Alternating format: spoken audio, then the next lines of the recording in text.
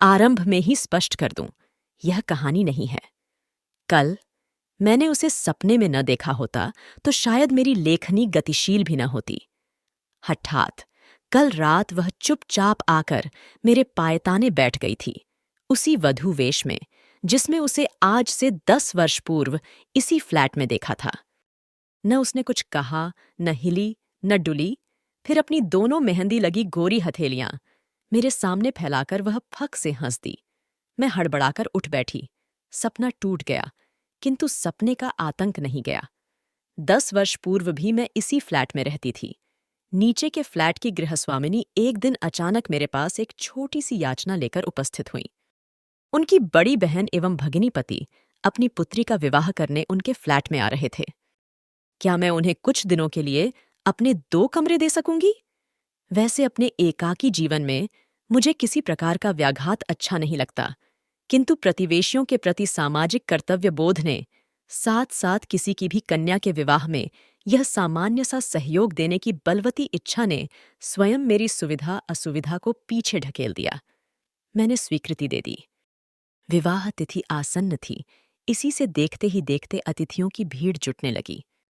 मुझे 2 अत्यंत निरीह शांत अतिथियों की मेजबानी निभानी थी, कन्या के सौम्य पिता एवं वृद्ध पितामह। बड़े संकोच से दोनों ही ने कृतज्ञतापूर्वक मेरा आभार प्रदर्शन किया। क्षमा कीजिएगा, आप ही को कष्ट देना पड़ा, पर हम आपको कोई भी कष्ट नहीं होने देंगे, केवल रात सोने के लिए आएंगे। और सचमुच ही मुझे यह पता नहीं लगा कि मेरे यहाँ सर्वथा अपरिचित अतिथि आए हैं। उनके रहने से मुझे रंचमात्र भी असुविधा नहीं हुई। यही नहीं, उनके जलपान, भोजन, चाय के साथ साथ मेरे लिए भी थाल लगकर आने लगा। शामियाना लग गया था। दरियों पर 20 दर्जन बच्चे नए नए कपड़े पहन गुलांठें खाने लगे थे। हलवाई ने चूल्हे का विधिवत पूजन कर कड़ाही चढ़ा दी थी। मैली बनियान को छाती पर चढ़ा उन्नत उदर खुजाता हृष्टपुष्ट हलवाई बमगोले से बूंदी के लड्डू और ढाल सी मठरियां बनाता बड़े से टोकरे में रख रहा था कि सहसा शोर मचा। अशर्फी देवी जल गई। मैंने भागकर बरामदे से झांका कि देखूं कौन जल गया।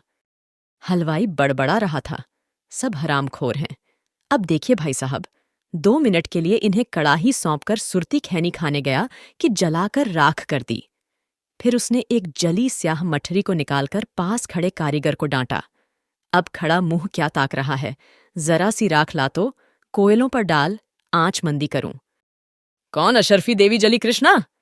मैं अपना कौतूहल रोक नहीं पाई और मैंने गृहस्वामिनी से पूछ लिया। अरे मट्ठी जल गई, उसने हंसकर कहा। हमारे यहाँ लड़की की ससुराल को ऐसे 125 लड्डू और 51 मट्ठियां भेजी जाती हैं। हर मट्ठी पर घर की बड़ी बूढ़ियों का नाम लिखा जाता है। अशर्फी देवी बिट्टी की होने वाली ददिया सास हैं। उन्हीं की नाम लिखी मट्ठी जल गई। मुझे हंसी आ गई। अपने पीछे खड़े कन्या के पिता को मैं देख नहीं पाई थी। अब देखिए ना, वे खिसियाए स्वर में बोले, कैसे बेकार के रिवाज हैं, पर एक हम हैं कि इन्हें मनाए जा रहे हैं, पर मजबूरी है, न करें तो सोचेंगे हम पैसा बचा रहे हैं। कन्या के पितामह सारा दिन ही सड़क पर टहलते रहते। मैंने एक दिन देखा, इधर इधर देखकर उन्होंने एक ठेले वाले को रोककर 4 केले खरीदे और जल्दी जल्दी खा गए। घर का आंगन तो मिष्टान्न पकवानों की सुगंध से सुवासित हो रहा था। फिर ये बेचारे भूखे कैसे रह गए?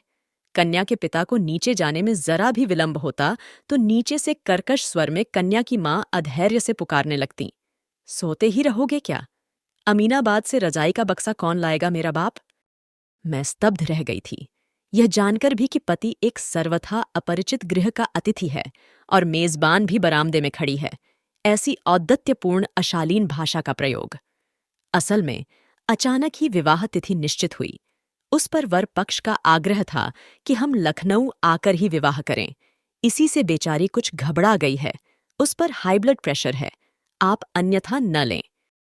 कन्या के पिता ने पत्नी की अशिष्टता की कैफियत दी तो मैंने हंसकर कहा, कन्या के विवाह में किस माँ का पारा नहीं चढ़ता? कौन पत्नी पति पर नहीं बरसती? मैंने भी 3-3 कन्यादान किए हैं। आश्वस्त होकर वे चले गए, किंतु जिस दिशा को जाते बेचारे पत्नी के शब्द बेधी वाणों से निरंतर शर्मिंदा होते रहते। हद है, 100 बार कह चुकी हूं कि बैंक से रेजगारी लानी है, नए नोट लाने हैं। अरे आखिर कब नोट आएंगे और कब उनकी माला बनेगी? पर कोई सुने तब ना। न अभी तक हलवाई को बयाना दिया गया है, न सकोरे पत्तलों का इंतजाम हुआ है। आखिर आप कर क्या रहे थे अब तक? जितना ही कर्कश स्वर पत्नी का था, उतनी ही कोमल स्वर पति का था। गुनगुनाकर न जाने क्या कहते कि उत्तर सुन नहीं पाती। रवीन्द्रनाथ ने नारी के 2 रूपों का वैशिष्ट्य बताया है, जननी या प्रिया। मेरी धारणा है कि पुरुष के भी 2 ही रूप हैं, स्वामी या सेवक। बेचारे मेरे अतिथि दूसरी श्रेणी में आते थे। लगता था उनका अपना कोई अस्तित्व ही नहीं है। उस दबंग स्वर की कर्कशा स्वामिनी को देखने का कौतूहल ही मुझे वहां खींच ले गया। उनके दीर्घांगी मेद बहुल शरीर को देखकर मुझे लगा कि उस व्यक्तित्व के चैखटे में वह रोबीला कंठ स्वर एकदम ठीक ही बिठाया है विधाता ने। आपने बड़ी कृपा की। कन्या की मां ने बड़े आदर से मुझे बिठाया। वहां तो हमारी इतनी बड़ी कोठी है कि 100 मेहमान भी आ जाएं तो पता न लगे, पर लड़के वालों की जिद थी कि हम यहीं आकर शादी करें। अरे दिव्या, क्या कर रही है? यहां आकर देख कौन आया है। फिर मेरी ओर देख वे हंसकर बोली, अजी आपकी किताबों के पीछे तो यह दीवानी है, एक कहानी नहीं छोड़ती। बेचारी, तब क्या वह जानती थी कि एक दिन उसे भी मेरी कहानी नहीं छोड़ेगी? एक गोरी दुबली पतली किशोरी लजाती हुई मेरे सम्मुख खड़ी थी। चेहरे पर वही अद्भुत लाली आ गई थी जो विवाह तिथि निश्चित होने पर साधारण नैन नक्श वाले चेहरे को भी असाधारण बना देती है। जिसने भी उसका नाम रखा था वह निश्चय ही साहित्य रसिक रहा होगा। मेरा अनुमान ठीक था। एक बार सुमित्रानंदन पंतजी हमारे यहाँ आए थे, तब यह 3 साल की ही थी। हम इसे टुईया कहकर पुकारते थे। बोले, यह भी भला कोई नाम है? दिव्या कहकर पुकारो। बस तभी से यह दिव्या हो गई। यह तो अभी बहुत छोटी है, आप अभी से इसकी शादी किए दे रही हैं, मैंने कहा। हजी छोटी काहे की, 18वें में पड़ेगी, देखने की है बजरबौनी। इसकी उम्र में तो हमारी 2 बेटियां हो गई थीं। उसी दिन दिव्या के पिता ने मुझे बताया कि उनकी भी इच्छा अभी दिव्या का विवाह करने की नहीं थी, पर लड़का अच्छा मिल गया। उनकी इस साली ने ही रिश्ता पक्का किया था। आप तो जानती हैं, हम लोगों में अच्छे लड़के के लिए अच्छी खासी रकम देनी पड़ती है। दुर्भाग्य से हम कान्यकुब्ज ब्राह्मण हैं। हमारे यहाँ एक प्रकार से रेट बंधे हैं। IAS लड़का है तो 1.25 लाख, IPS तो 1 लाख, इंजीनियर है तो 80,000 और फिर साधारण नौकरी वाले के लिए भी कम से कम 20,000, उस पर दहेज अलग। डॉक्टर लड़के तो कंधे पर हाथ नहीं धरने देते, यानी जैसा दाम खर्च कर सको वैसी ही चीज लो। कभी कभी तो सोचता हूं बहन जी, बिहार में जो कन्या के पिता सुपात्रों का अपहरण कर जबरन दामाद बना रहे हैं, उसमें भी उनकी मजबूरी ही रहती होगी। तो आपको इस रिश्ते में भी रकम भरनी होगी? मैंने पूछा। और नहीं तो क्या, पर ये लोग शरीफ हैं, इन्हें लड़की पसंद है, कहाँ है कुछ नहीं मांगेंगे। हम अपनी बिटिया को जो देना चाहें दे दें। बड़े गर्वजन्य संतोष से उनका शांत चेहरा दमक उठा। बेचारे शायद इस कटु सत्य से अनभिज्ञ थे कि मुंह से कुछ न मांगने वाले ही कभी कभी मुंह खोलकर सब कुछ मांगने वालों से भी अधिक खतरनाक होते हैं। लड़का चार्टर्ड अकाउंटेंट था। अपनी 2 कोठियां थीं। बड़ा भाई पुलिस का ऊंचा अफसर था, छोटा डॉक्टर। जैसे जैसे विवाह तिथि निकट आ रही थी, छोटे से फ्लैट में रौनक की गहमा गहमी बढ़ती जा रही थी। कभी ठेलों से सोफा सेट, पलंगों का जोड़ा उतारा जा रहा था, कभी स्टील की अलमारी और फ्रिज। उधर घरातियों के 20 नखरे, कोई ठंडाई की फरमाइश कर रहा था, कोई लस्सी की। आंगन में पए कुर्सियों के स्तूप का शिखर मेरे फ्लैट की सरहद से सट गया था। बच्चों की चेंचें, पें-पें, स्त्रियों का कलरव संध्या होते ही और घनीभूत हो उठता। उधर कन्या के ताऊ ताई बुलंद शहर से अचानक उस समय आ टपके थे जब उनके आने की आशा त्याग दी गई थी। कभी कभी नीचे चल रहे 2 बहनों के वार्तालाप का स्वर बड़े दुस्साहस से मेरे कमरे की दीवालों को भेद कर चला आता। स्पष्ट था कि कन्या की जननी एवं ताई के संबंध बहुत सुविधाजनक नहीं थे। अरे, आज तक कोई जिठानी देवरानी का सुख देख सुखी हुई जो हमारी महारानी होगी? कन्या की मां एक दिन कह रही थी, बोलेंगी तो लगेगा शहद घोल रही हैं, पर बस चले तो हमारा कलेजा निकाल चबा डाले। मैं सोचती हूं नारी स्वभाव की जितनी अभिज्ञता विवाह आदि अनुष्ठानों में बटोरी जा सकती है, उतनी शायद जीवन भर इधर उधर विभिन्न गृहों के अंतरंग कक्षों में झांक झूंक कर नहीं बटोरी जा सकती। मैं देख रही थी कि जहां आमोद प्रमोद, खिलाने पिलाने, नाचने गाने की भूमिका संजोई जाती, झट से मुंह लटकाकर कन्या की ताई छत की मुंडेर पकड़ ऐसे खड़ी हो जाती जैसे वह किसी अपरिचित परिवार की भूल से न्योती गई अतिथि हो। कोई भी देखकर बता सकता था कि गृह की वह साज सज्जा, बृहत सुनियोजित आयोजन, बिजली की जगमगाहट कन्या के चढ़ावे में आने वाले गहनों का सुना सुनाया लेखा जोखा ताई की छाती पर बीसियों विषधरों को लौटा रहा है। उधर कन्या की मां कमर में आंचल खोंसे विवाह के कर्म क्षेत्र में अकेली डटी थी। कभी पति पर चिंघाड़ती, कभी हलवाइयों पर और संध्या होते ही ढोलक लेकर बैठ जाती। यही नहीं, एक बार नाचने को कहा गया तो छठ घुंघरू बांध ऐसा थिरकीं कि क्या कोई बाईजी नाचेगी। विवाह का एक ही दिन रह गया था। अचानक मेरे लिए नीचे से बुलावा आ गया। मैं जल्दी नीचे चली आऊं। वर पक्ष के अतिथि दहेज सामग्री का अवलोकन करने आ रहे हैं। यह भी उनके यहाँ की एक विशिष्ट अनिवार्यता थी। देखकर यदि कुछ फेरबदल करना हो तो कन्या के पिता को वही करना होगा। मैं नीचे गई और करीने से सजे विभिन्न उपकरणों को देखती ही रह गई। कौन सी ऐसी वस्तु थी जो बेचारे निरीह पिता ने नहीं जुटाई थी? साड़ियों का स्तूप, टेलीविजन, फ्रिज, इस्त्री, बर्तन, रेशमी रजाइयां, मलमल के थान, गैस का चूल्हा, सिलेंडर, बिजली के पंखे आदि। इतने ही में अचानक स्त्रियों की भीड़ में भगदड़ मच गई। आ गए, वो लोग आ गए, कहती कन्या की मां सिर पर आंचल खींच द्वारपाल की मुद्रा में सतर्क खड़ी हो गई। कहाँ गई वह तेजस्वी मुखमुद्रा और थानेदार का सा वह रौबीला कंठस्वर? वह है नीली कमीज वाला। अरे नहीं, वह तो छोटा भाई है। तब कौन? अजी वह है चेचकरू दाग वाला। हाय राम, यह तो 2 बच्चों का बाप लग रहा है। विभिन्न फुसफुसाहटों के सूत्र से मैंने भी दूल्हे को पहचान लिया। तब क्या सचमुच इसी अंधे के हाथ बटेर लगी थी? कहाँ दिव्या और कहाँ यह?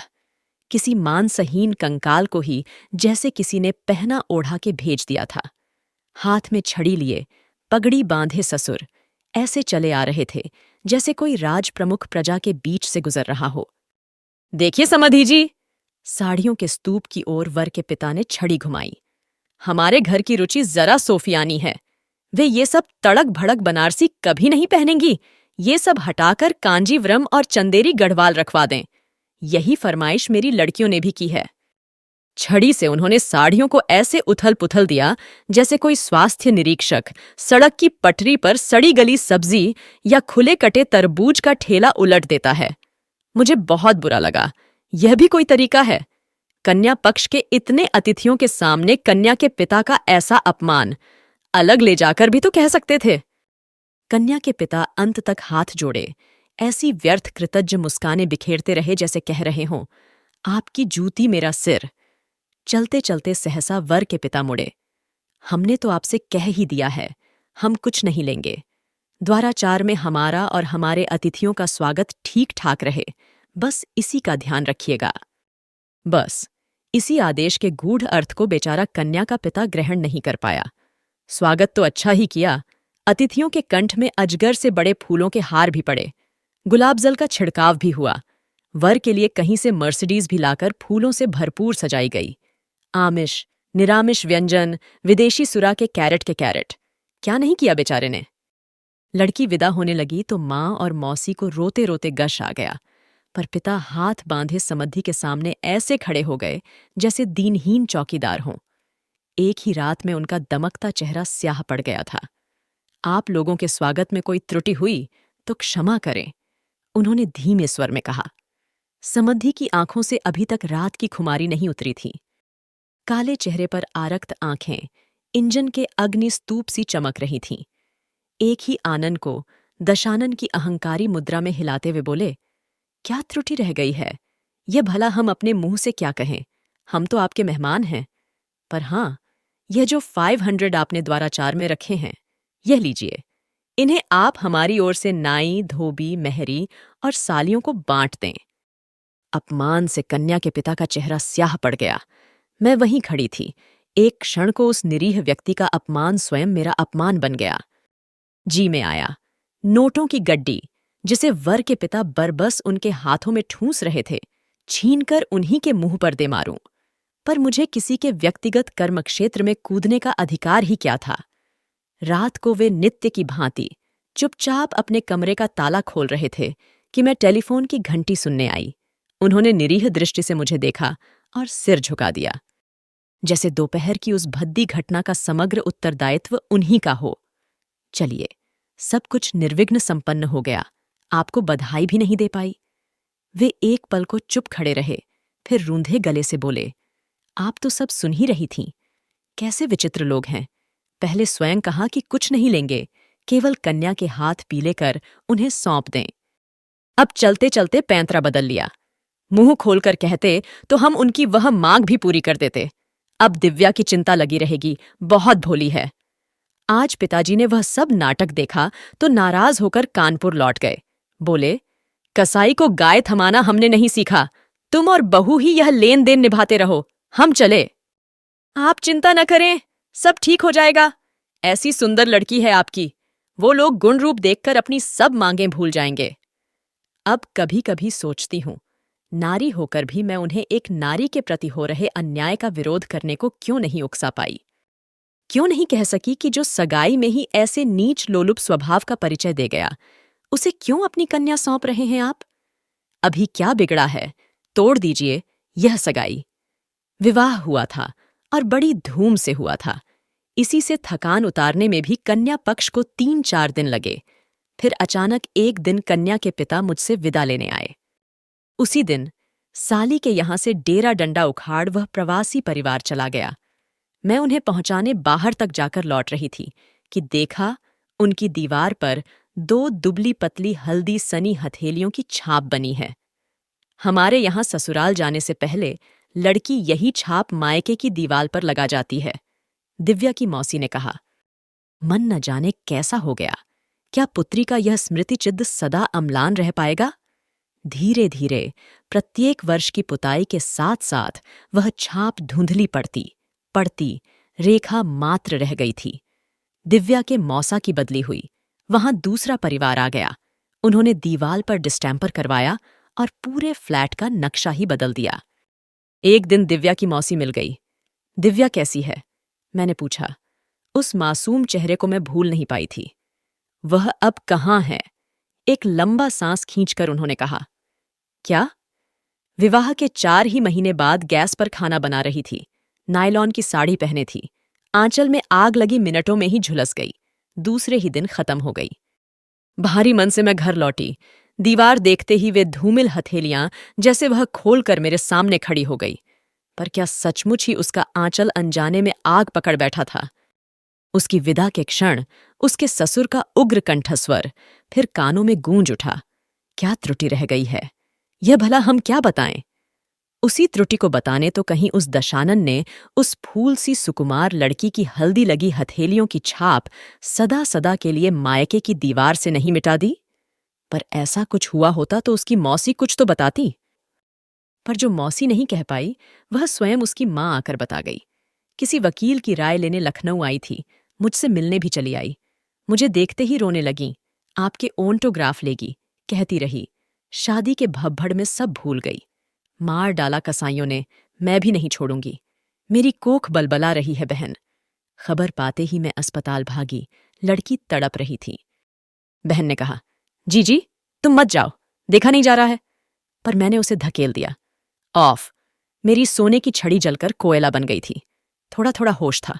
मैंने पूछा, बेटी कैसे हुआ यह? बोली, अम्मा हुआ नहीं, किया गया। बस आंखें पलट दी। न वहां उस बयान का साक्षी था, न नर्स, न डॉक्टर। हाँ, एक साक्षी थी, स्वयं मेरी सगी बहन। वह मुकर गई। मैंने चीख चीख कर कहा, मेरी बेटी जली नहीं, उसे जलाया गया है, मुझसे स्वयं कह रही है। पर मेरी ही सगी बहन ने मेरा मुंह दाब दिया। क्या कह रही हो जीजी? दिव्या खाना बनाने में जली है, उसे किसी ने नहीं जलाया। तू झूठी है। तेरे पति भी पुलिस के अफसर हैं और दिव्या का जेठ भी। तुम्हारी बिरादरी हमेशा अपने पेशेवर को ही बचाती है। तूने ही यह रिश्ता इन कसाईयों से पक्का किया था। पर बहन, मेरी सगी बहन ही मुझसे नाराज होकर घर चली गई। तब से दर दर भटक रही हूं। कहीं तो न्याय की भीख मिलेगी। हत्यारा अभी भी मूंछों पर ताव देता घूम रहा है। सुना है दूसरी जगह रिश्ते की बात चल रही है। मैं स्तब्ध थी। वह आंखें पोंछती उठ गईं। इसी से मैं आपके पास आई हूं, कृष्णा के यहां नहीं गई। फोन किया तो बोली, जी जी, तुमने पुलिस केस किया तो हम तुम्हारी मदद नहीं कर पाएंगे। जो हुआ उसे भूल जाओ। भूल जाऊं? 9 महीने जिसे गर्भ में रखा, पाला पोसा, जिस अनजान खूंटे से बांधा, वह वहीं गाय सी बंध गई, उसे भूल जाऊं? मैंने भी श्राप दिया है बहन। जैसे उस कसाई ने मेरी बेटी को जलाया है, वैसे ही वह भी तिल तिल कर जले। उनकी आंखों से जैसे आग की लपटें निकल रही थीं। सच्चे हृदय से निकली बद्दुआ कभी व्यर्थ नहीं जाती। वर्षों पूर्व ऐसे ही श्राप को फलीभूत होते मैंने स्वयं देखा है।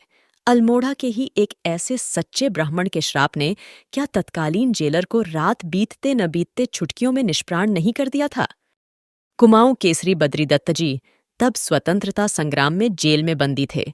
क्रूर जेलर के अमानुषिक अत्याचार से क्रुद्ध पांडेय जी ने नहा धोकर हाथ में जल लेकर कहा था, अरे दुष्ट, ले मैं कुमाऊं का ब्राह्मण तुझे श्राप देता हूं। जैसे तू हमें मार रहा है, भगवान तुझे मारे। और भोर होते ही दिल के दौरे ने उस हृष्ट-पुष्ट जेलर को जेल से ही नहीं संसार से हटा दिया था। फिर तो जहां पांडेय जी जल हाथ में लेते, सुना है कि बड़े से बड़े अफसर भी उनके चरण पकड़ लेते थे। किंतु अब कहाँ हैं वैसे सच्चे ब्राह्मण, और कहाँ है वह ब्रह्मतेज? इतने वर्ष बीत गए, फिर दिव्या की मां मुझे कभी नहीं मिली। पता नहीं उनके दग्ध हृदय से निकला वह श्राप फलीभूत हुआ या नहीं, किंतु मेरे फ्लैट की निचली दीवार से हल्दी लगी उन हथेलियों की छाप अब एकदम ही विलीन हो चुकी है। यह कहानी यहीं खत्म होती है। और हाँ, अगर आप कोई अपने पसंद की कहानी सुनना चाहते हैं तो कमेंट में ज़रूर बताइए, मैं कोशिश करूंगी। और प्लीज़ लाइक और सब्सक्राइब करना मत भूलिएगा। सुनने के लिए धन्यवाद।